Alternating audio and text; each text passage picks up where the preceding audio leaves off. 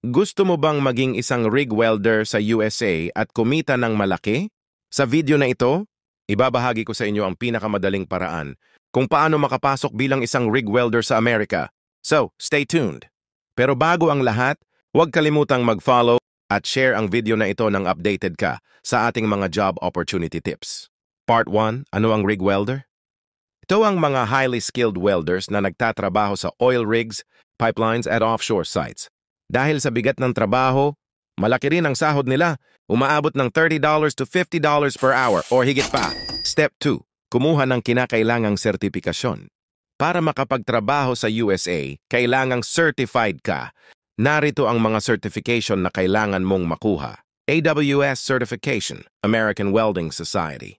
API Certification, American Petroleum Institute. OSHA Safety Training. Step 3. Maghanap ng employer na nagbibigay ng visa sponsorship. Hindi ka basta makakapunta sa US kung walang sponsor. Maghanap ng kumpanya na nagha-hire ng foreign welders na willing magbigay ng visa tulad ng H-2B o EB-3. Step 4.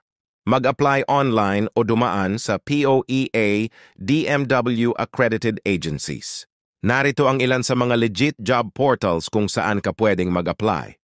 Indeed.com, LinkedIn Jobs, Glassdoor.com. Rigzone.com.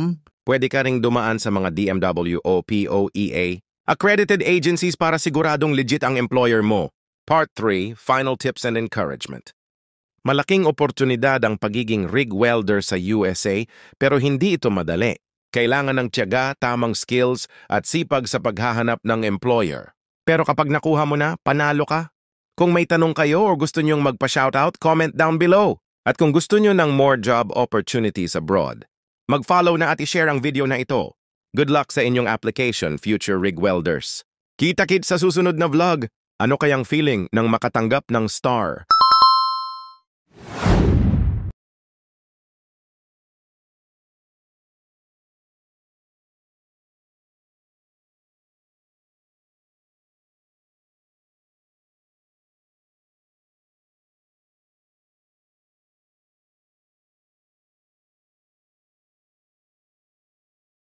Part 2.